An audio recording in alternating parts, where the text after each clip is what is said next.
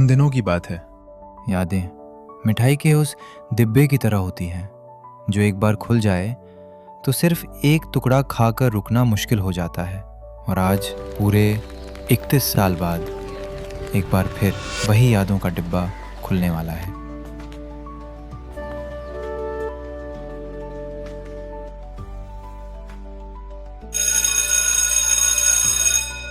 School की घंटी, prayer की आवाज ओम नमो सिद्धानम ओम नमो। और फिर क्लास में घुसते ही वो लंबा वाला गुड मॉर्निंग टीचर।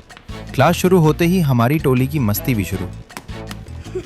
एक दूसरे पर इंक फेंकना, लेक्चर बंक मारना और बैक बेंच पर हंगामा करना। लेकिन एक बात फिक्स थी, क्लास की टॉपर सरिता हमेशा पढ़ाई में ही डूबी रहती थी।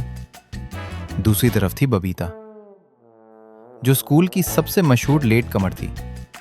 घंटी बजने के बाद ही उसकी एंट्री होती थी और जब ब्रेक टाइम होता तो प्रिंसिपल सर की एंट्री। शोर सुनकर सीधे मॉनिटर गौतम से पूछते और हमारा सच्चा दोस्त गौतम फटाफट नाम बता देता। सर, मेहुल, अरिमर्दन और किशोर चिल्ला रहे थे।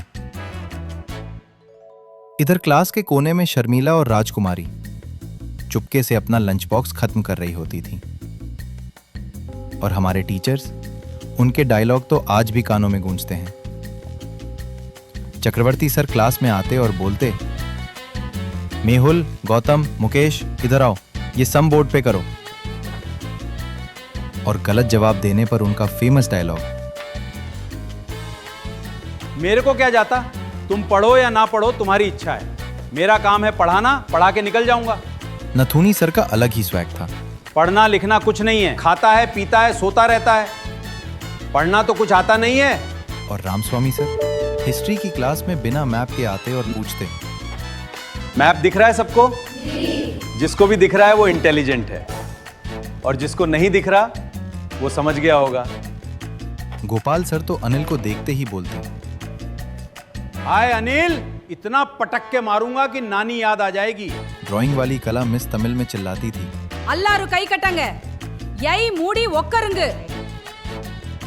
और बातें करने पर हेम प्रकाश, संगीता, कुंदन, कविता और सुमन को पनिशमेंट में खड़ा कर देती थी। ये सिर्फ नाम नहीं, हमारी जिंदगी का सबसे खूबसूरत हिस्सा है। ललित शेठिया, महिपाल, प्रवीण, मुकेश कोठारी, मेहुल, झूमरमल, ललित घेलड़ा, राजेश, कविता, राजकुमारी, भारती, लीना, प्रमिला, एचएमटी, किशोर, अनिल, अरिमर्दन, बबीता, गौतम, कुंदन, संगीता, सरिता, शर्मिला, सुमन, मुकेश सुंदेशा और उषा। आज बालों में सफेदी है, कंधों पर जिम्मेदारी है, अपना परिवार है, अपना काम है, अपनी दुनिया है। लेकिन जैसे ही हम इस स्कूल के गेट पर मिलते हैं, हम सब फिर से वही 15 से 16 साल के बच्चे बन जाते हैं। एक स्कूल, एक ग्राउंड, एक फोटो और अनेक यादें। 31 साल सिर्फ वक्त गुजरा है, न दोस्ती बदली, न यादें, और ना ही वो अपनापन। तो तैयार हो जाइए, आज एक बार फिर अपनी यादों के उस मिठाई के डिब्बे को खोलने के लिए।